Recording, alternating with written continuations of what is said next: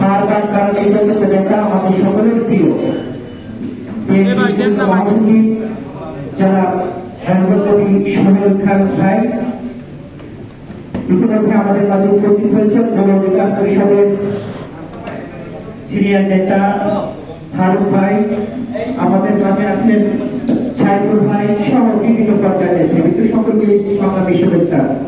আমি সবাই বলা জাতীয় নেতৃত্ব বক্তব্য দেবেন কয়েকটি কথা বলে আমি আমার কথা শেষ করছি।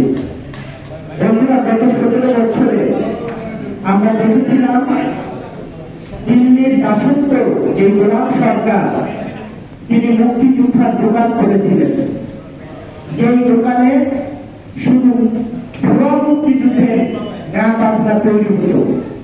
5ই আগস্টের পরে বাংলাদেশের মানুষ ভেবেছিল হয়তো আর আমাদের এরকম ভুল করতে হবে না, হয়তো আর এই শহীদদের আন্দোলন শুনতে হবে না, হয়তো আমারও ব্যক্তিদের কোনো কথা শুনতে হবে না। কিন্তু দুঃখ হল সত্য কথা, আগস্টের পরে বাংলাদেশের রাজনীতিতে কেমন যেন একটি বিভাজনের সুর শোনা যাচ্ছে। 5ই আগস্টের আগে গত 17 বছরে আমাদের যে রাজনৈতিক ঐক্য ছিল সেই ঐক্যের মধ্যে এখন বিভেদের সুর শোনা যাচ্ছে।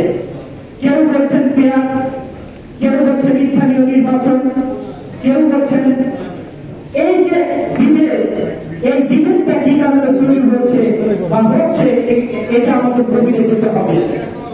আমাদের প্রশ্ন আজকে সবাই প্রশ্ন জাতীয় নেতৃত্ব আছেন, আমরা যারা গত 17 বছরে বারবার কারা গিয়েছি, পরিবার হারা হয়েছি, নির্যাতিত হয়েছি, নিপীড়িত হয়েছি, সেই ভাষণের নাম নিতে ডক্টর ইউনূসের খুব কষ্ট হচ্ছে।